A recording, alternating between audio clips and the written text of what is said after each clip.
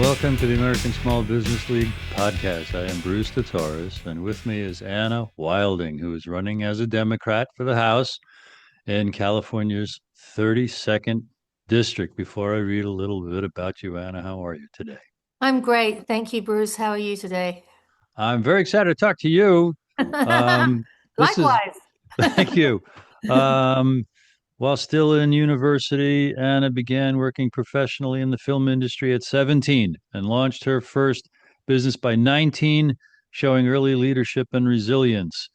Anna is a proud American citizen, first generation immigrant who brings a uniquely diverse record of executive success to the table, spanning government, business, the arts, entertainment, technology, energy, and crisis management. As you know, Anna, the first half of this show is going to be about you and why you're running. And then our small business issues. I want to get your thoughts about those. So, you and why you're running. Talk to me. Well, first of all, Bruce, I'm on here today because I'm so passionate about these issues that affect small businesses throughout America, and especially when it comes to women-owned small businesses. So I'm really looking forward to engaging in that discussion later on in this podcast. I'm running because California, all Americans, and my district, California 32, deserve leadership that they can count on, and they deserve leadership that can bring expertise to the table. I think in our current Congress, there are, apart from the gerontocracy matter, where there's so many long-term incumbents of 30, 35, 40 years, which is what we have in our district. I think one of the big challenges we have is there are so many lawyers and accountants in Congress rather than people who can build things, make things, fix things, and resolve things. There is a place for lawyers. I hire them. I work with them for 30 years in entertainment, philanthropy, you name it. But I've yet to meet one that has the vision to be a great business leader, great person to lead people through massive crises. They're very good at writing the paperwork for what's needed rather than actually doing and fixing things on the ground. And I think that's very self-evident in the fire zones, the districts in my district that have been destroyed by the fire. It's like they're trying to litigate their way out of a crisis rather than actually dealing with the planning issues, the crisis issues, the fire management issues, the water issues, and everything that needs to be dealt with. And in the first instance, definitely without lawyers, right? Instead, they're just trying to litigate it all. It's really not how crisis zones work. I've worked extensively in crisis zones, and it really takes doers. And not only in that, in my district, we then have the rest of the district, which has totally different needs and wants and concerns and issues. Issues around cost of living, around education, where classrooms are overcrowded, small businesses not able to survive, not getting the contracts, healthcare is an issue. It all comes down to, though, the cost of living with what's coming in and what's going out. And that's been happening for the last, decade or 2 decades in my district. It's a real issue. So that's Thank sort you. of why I'm running, to hold companies and even the government, if elected, to account. I've been also had the privilege and honor of serving the country as a senior White House correspondent. And I'm used to holding things to account, examining things, reading documentation, reading legalese, and fixing and negotiating what needs to be corrected when I can. And I have done that with various White House administrations on executive orders. So there's a lot to go into being an effective congresswoman, and I believe that I'm going to be a very effective congressperson. And I really encourage everybody to, when the show is over, to go to your site, wildingforcalifornia.com, WILDING for Congress.com. Talk to me about your district, the counties and the towns in your district, so people can picture where what you're running for. Sure, I am in such a special and unique part of California and indeed of America. I first came and lived in this district 30 years ago, and I'm in love with this district, and I've lived all over this district. Uh, and my district encompasses the legendary and iconic Malibu, which has been, burnt down by fires. And I don't think there's a single tourist who comes into California and doesn't drive that Pacific Coast Highway or visit Malibu or visit the fish and chip shops there or go to the hotels or the shops or the stores there. And we have lost big chunks to the fires, unfortunately. So I'm very focused on rebuilding that in a way that's fair to those currently living there. The rest, we've got the northern part of Beverly Hills, again, another iconic place in California. We now, with the redistricting, have Simi Valley, which is a really interesting. I'm running as a Democrat. That's a really interesting Republican stronghold. My Republican friends and colleagues live there as well. And that has the Reagan Ranch, the beautiful Reagan Ranch, which is a beautiful living testament to Ronald Reagan. So another special part of my district. We then have the vast San Fernando Valley, Sherman Oaks, Woodland Hills, a lot of middle class families living in Woodland Hills with their first house, their first kids. We've got about 45% first generation immigrants, like myself, and from all over the world. I mean, or literally all over the world. I mean, from England, the Middle East, North Africa, Asia, Mexico, and European Spain. I mean, literally Israel, Palestine, literally all over the world. And they all have very different needs and wants. And they're actually incredibly vocal about where they sit in today's politics. And these are legal citizens, right? And they have something to say, and they're very active parts of their community. Indeed, I had a beautiful coffee morning one morning at New York Coffee and Bagels with a first generation immigrant, and just the whole district is incredibly powerful,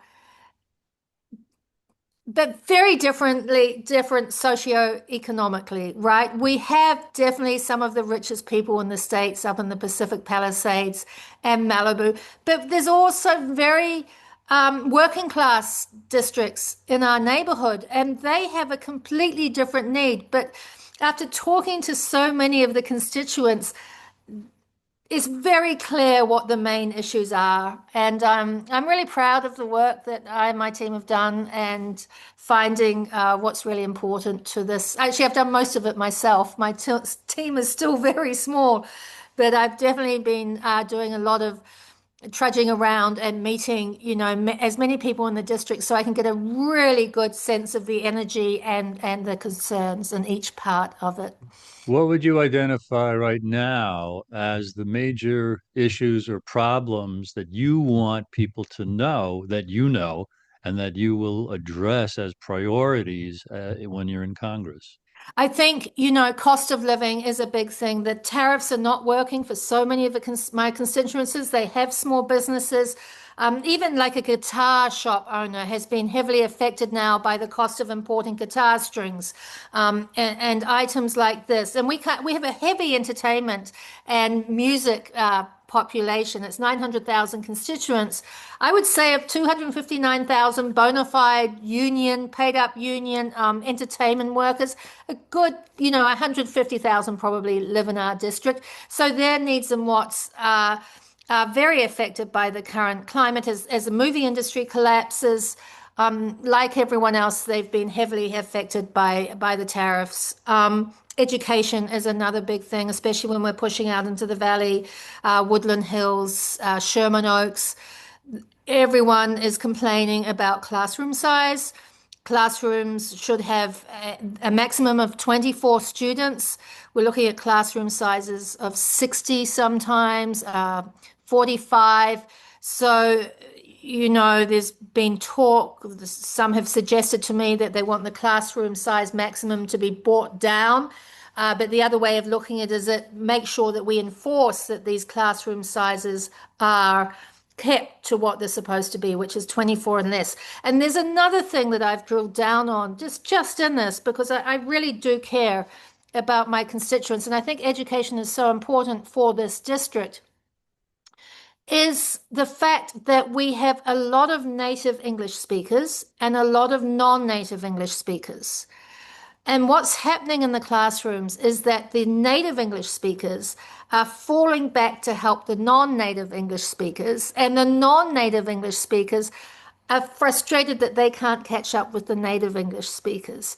So I think we really need to find a way that we can create a situation where everyone can progress at their own English speaking level without the native kids feeling as though they have to take time out of their own work to help the others, and the other ones not feeling bad because they can't keep up with the native speakers. I think there's a very nuanced cultural issue, and I think America is still dealing with these very nuanced cultural issues, but they are so important because that informs their entire lives and how they're going to be treated for the rest of their lives, and also, therefore, their contributions to this country as we go ahead. And we're blessed with a lot of these kids. They sound like they're very empathetic to those who don't speak English. You know, kids just want everyone, they can play with everyone equally. And so I think that's something that I believe I have the sensitivity to somehow bring positive change in that area for our district. Now, the other issue that I've drilled down on that is incredibly important is crime and safety. With defunding of police forces or less police forces in certain areas and throughout the entire district, by the way, it's become a serious issue. People want safety, right? They want to be able to send their kids to school safely. They want to be able to live safely in their communities. Crime is on the increase throughout our district, from Malibu again all the way to Simi Valley. So that is one area that I really want to focus on, start getting to work closely with police chiefs and find a way, and the city of Los Angeles, and take what's needed to Congress to get extra funding or extra legislation if need be. California, Los Angeles is much bigger than it used to be. The population is ever changing, and I think we really have to meet the moment of where California and Los Angeles is right now, and in a way that is fair and balanced.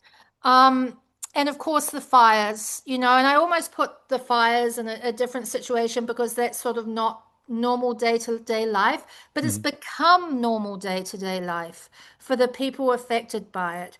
And so many have been affected by it. And I know the community is not running healthily, and I know we need change in this community. And I'll tell you how.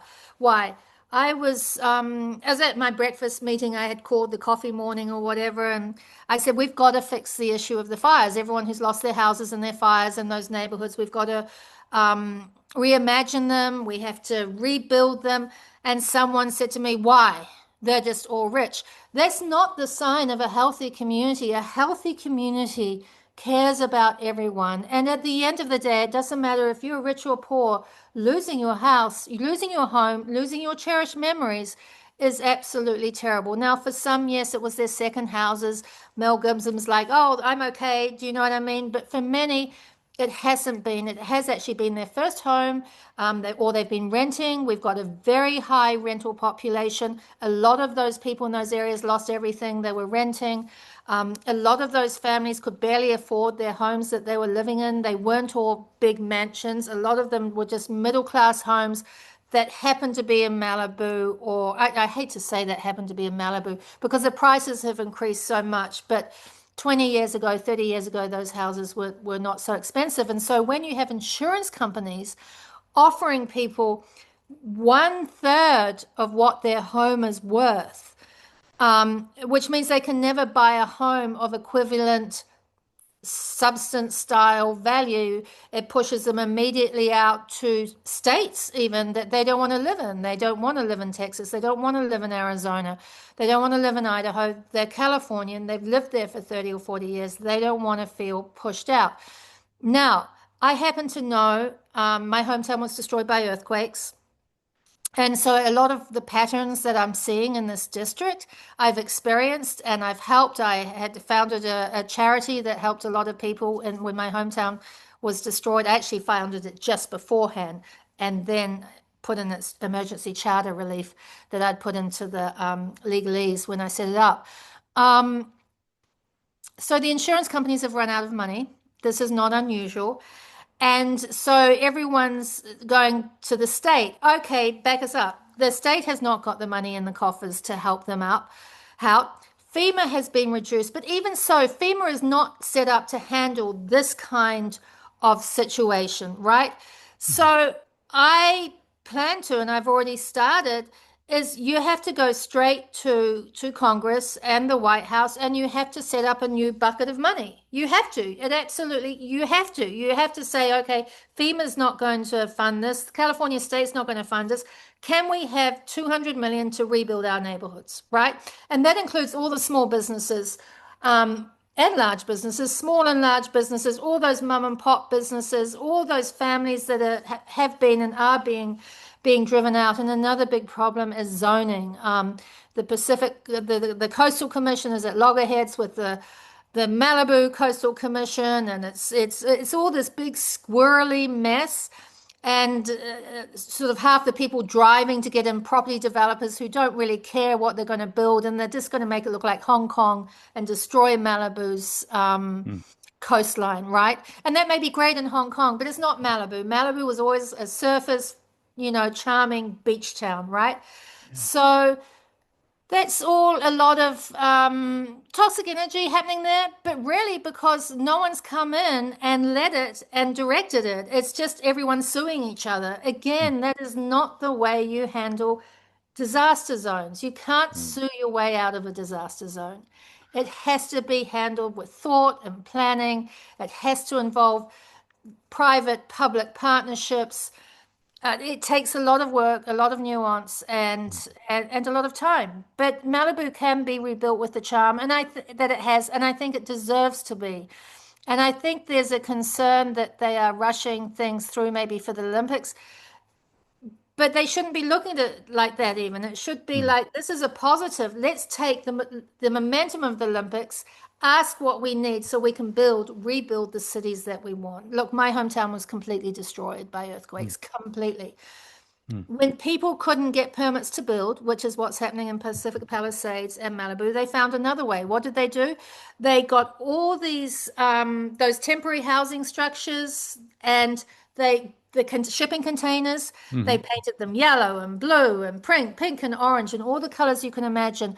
And they turned all their little boutiques and luxury boutiques and simple boutiques and all of them into these beautiful experiences.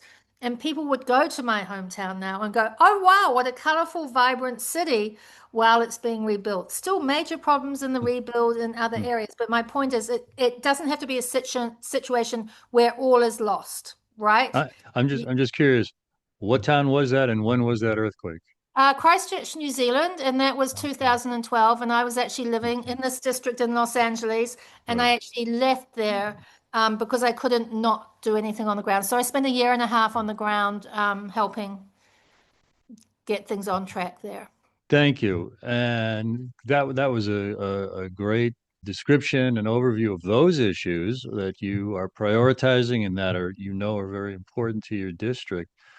I'd like you to take a minute or two and kind of go through your career and your experience and your accomplishments from here to here to here to there, because when I learned about them on your website, and I was very, very impressed.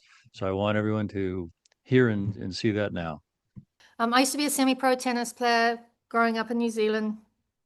Um, and then I had a photography studio that did very well. And I worked in film and television, and I ended up in Los Angeles one way or the other. I ended up in LA, and I worked really, really hard. I landed here with a quarter on the mainland. Stopped in Hawaii, young kid, spent all my money in Hawaii, that $200, whatever it was, right? My 4 days in Hawaii, landed in LA with a quarter. I did have someone to stay, but I realized I had to work really hard, really fast. I ended up working 3 jobs. I had my photographic portfolio under my arm, And I worked three jobs in entertainment industry, very legitimate film companies, a casting director, one of Richard Branson's companies that edited all the top music videos, Rolling Stones, UB40, you name it, and also a company called Litigation Sciences that made all the videos for DC, actually, funnily enough, all the DC law firms. So I was literally working these three jobs at once, absolutely exhausted. And finally, someone at the video company, one of the companies, bought me out. Basically, they said they hired me as well, and they were like, "Why are you so exhausted all the time?" And they basically started paying me enough that I didn't have to work 3 days, three jobs at once. Became general manager and in-house producer and all of those things, and that was wonderful. And then I switched to the movie business, and then working in my way up through the producing and directing side. Worked in that for quite a few years. I've lived in New York and we were living in DC. I got married sometime in my 40s, actually. I was very young when I came to the States, and very quickly I was sort of invited into this circle of Democrats. I'd get invited to all the Al Gore events. I'd get invited to whatever was happening in the Democratic events and things like that. And the Rodney King riots were happening, and I got injured during the Gulf War and stuff like that. And I had a Persian doctor who helped me put my shoulder back in. But I was very exposed to a lot of cultures and a lot of politics as well. I always thought I'd love to work in the White House, and then eventually the opportunity came. Somewhere in between that, I had interviewed the NASA astronauts, the 133 shuttle crew, for a documentary when my hometown was destroyed by earthquakes. And NASA didn't give interviews to women at that time. I mean, not to women, but to lay people at that time, to citizens. I mean, they always did their interviews on site and in a very structured way. And one thing led to the other. We were covering water on Mars story, right? NASA had found water on Mars. And they said, "We'll see you at the White House tomorrow." And who was I to say no? So I quickly figured out how that was all going to happen during the Obama administration. And I ended up covering the Obama administration, shocked at the racism that the Obamas were encountering. And I decided to photograph in a different way that the news photographers were photographing, which was they didn't really pay attention to what they're shooting. They could shoot a picture of Obama, make him look bad, and that would sell just as easily, if not easier. They were playing into the racism trope.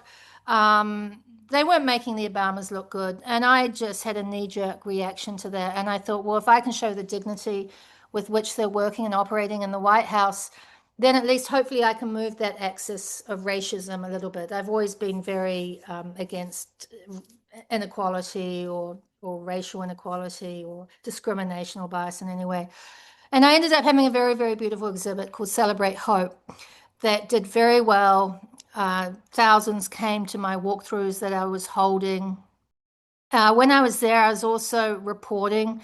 I was writing and I was doing some on-air White House expert stuff for a couple of networks and things like that.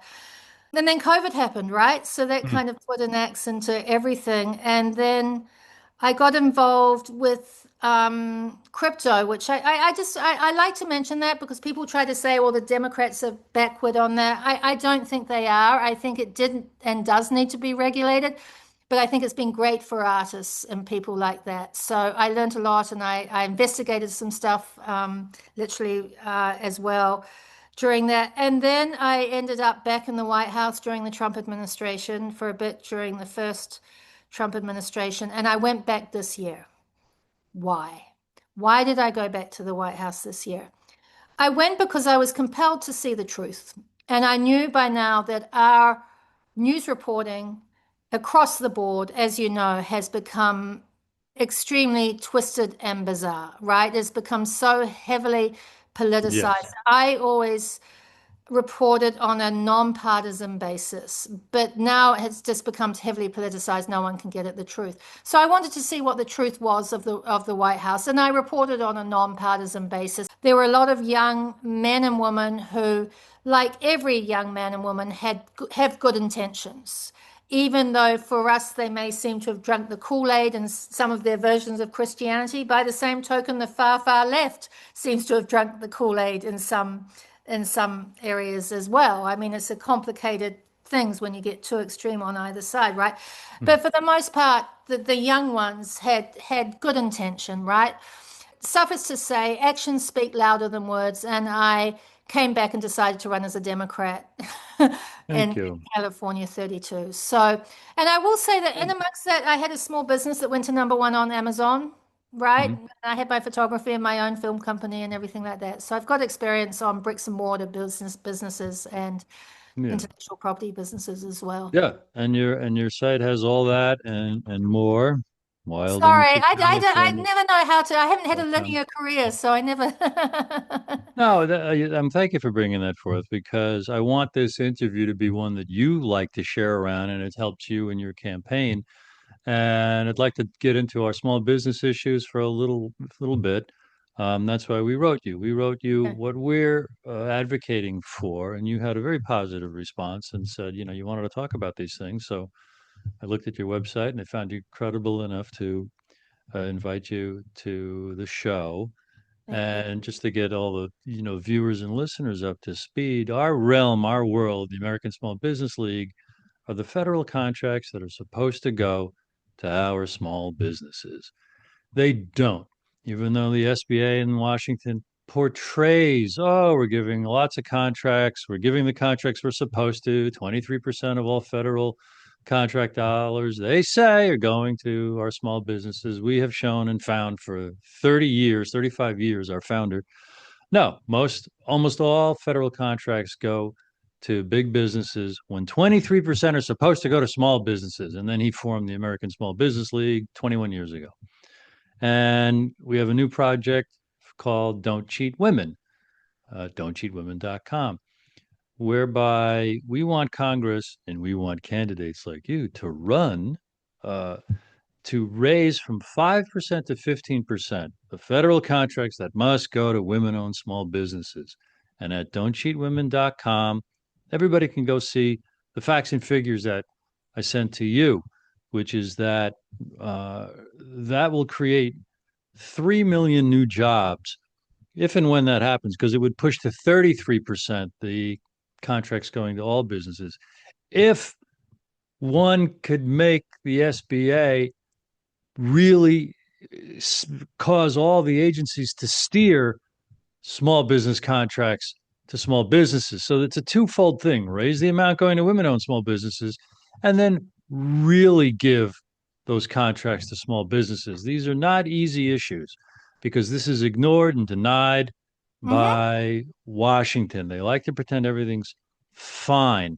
Mm. And summarizing the great benefits, not only the millions of jobs, the boost to the economy across the nation that would represent, but by economically empowering more women, that would allow them to become political equals faster. They're not by this measure because men earn and save more than women. They have more political power. They donate more to politicians. They have more influence there. They Mm-hmm. run for and win office more than women. Men Mm-hmm. hold 75% of all seats in the House, the Senate, all state legislatures, every president's cabinet, almost that many governor chairs, 90% of committee chair positions and party leadership positions are held by men. And women have different political priorities and values. And this is not charity. I'm almost done. 40% of all businesses in America are owned by women. They sell what the government buys. Why, oh, why does 5% of federal contracts sound fair? Why should 95% of federal contracts go to companies owned by men when women sell what the government buys? So that's it in a nutshell. Talk to me about what that means to you, please. Bruce, I was so excited when you guys reached out to me. This is right up my alley. I have been fired up for years and spoken out loud, directors guilds, um, all sorts of panels and events about equality and equity for women and pay parity and equal opportunity. We're not supposed to use those words anymore, but the right for women to exist and work on the same level as men in terms of their pay and opportunity. So I want to start by saying we've only 2% of VC capital funding goes to women every year. Venture And capital. venture capital, a bunch of us women online on LinkedIn actually figured this all out, and we went to task on LinkedIn, and we were outspoken and we were loud, and LinkedIn shut us down. They shut down our algorithms so we wouldn't see each other's posts. You name it. There's now data that shows how the algorithms are skewed against women and they are biased to men. So now on LinkedIn, there's a trend called "Don't wear your pants," where you say that you're a man. Like on when it asks for your gender and things like that, women are starting to say that they're men because women's posts are being suppressed. There is no question about it. And the reason why I mention this, because a lot of these things and these wonderful initiatives like Don't Cheat Women are PR initiatives as well. And you have to get the word out, and we have to spread the word out to really, I don't want to use the word shame, but it is like shaming these large federal contractors, these SBA loans into giving women equal share. My interest is, why are you only asking for 15%? I would actually probably, if I get elected, go in and say we are 50% of the population, we own 40% of the small businesses. I want at least 40% of SBA loans to go to women's owned businesses. Why stop at 15? We should not have to apologize for our gender and the work that we do.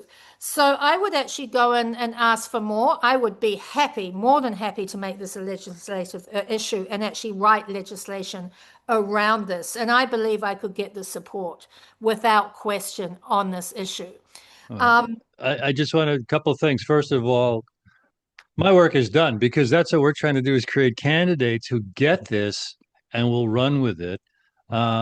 Like most Americans and myself, when I'm, in a hurry, I hear SBA, I think loans, SBA loans.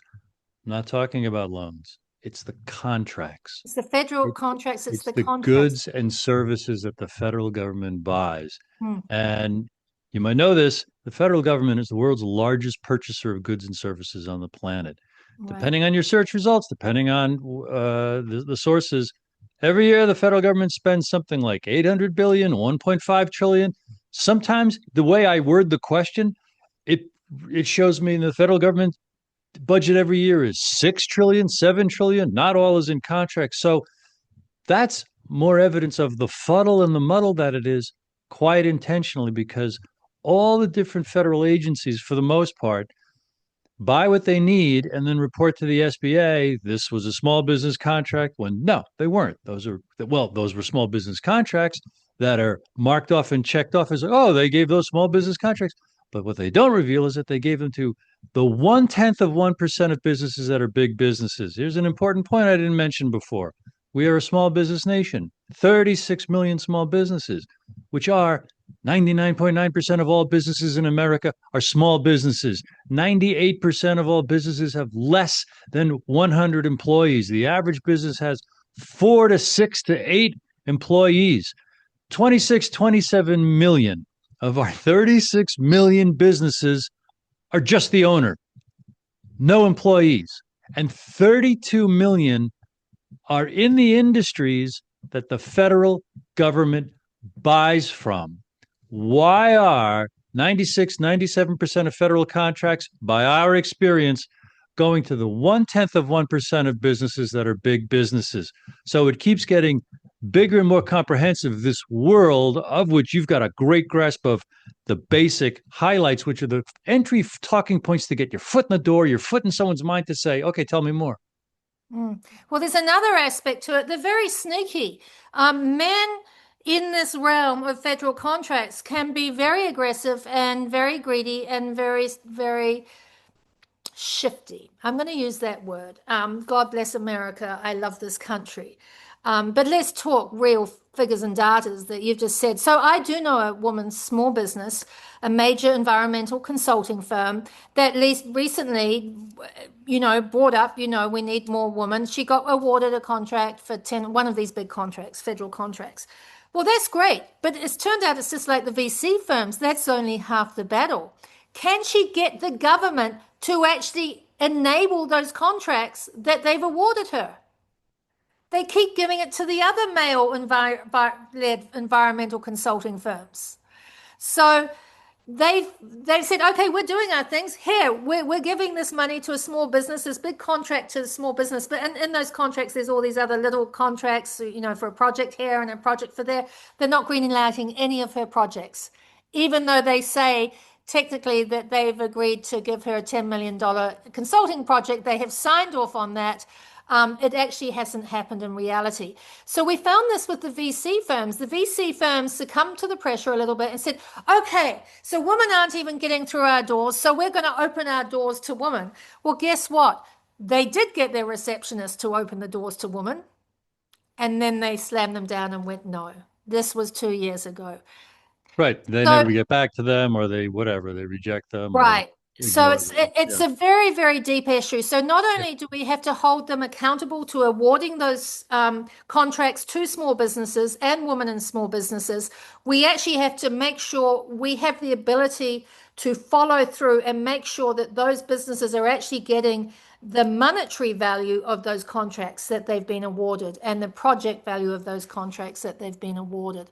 It's going to take a lot of energy, but it can be done through legislation in this case, and a lot of pushing down doors and a lot of loud voices.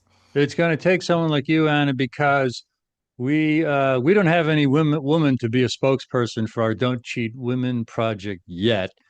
And your knowledge and passion and understanding of it, and frankly, your communication skills and your appeal as a speaker and as a person, you have to experiment now in campaigning.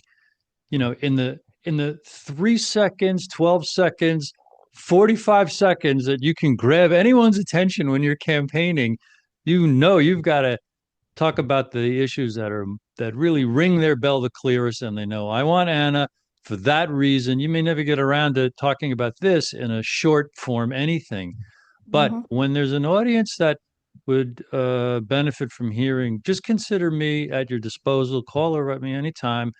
Get me Okay. on speakerphone with your team, your staff, to get them back up to speed, or even just have another conversation with, because Yeah. you seem to know as much about it, if not the same things I do. I just learned, more, and all the examples that you know are as compelling as any factoid that I have at my Mm. disposal. So everything at don'tcheatwomen.com, everything on ASBL.com. My boss, Lloyd Chapman, founder, president, American Small Business League, he's available for a conversation with you too, to Great. to equip you to be Mhm. the most compelling expert on these things and champion for the remedies. It's so Okay. important. It's so Yeah. important for a functioning society, healthy, functioning business society. I mean, Absolutely. And yeah. the final point I would make at this point in the conversation is to all the small business people out there, salon owners, auto repair, roofers who are small businesses. They might think, what do I care about this? I'm never going to apply for a federal contract. Ladies and gentlemen, you care about it because when the small businesses in your community get the contracts that they could win and hire the millions of people around the country to do that work. The big businesses are already big. They don't hire one new person to do the work of these contracts.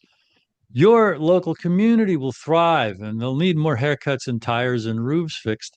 So it's really it's that's how important it is. That's how important it is. It really is.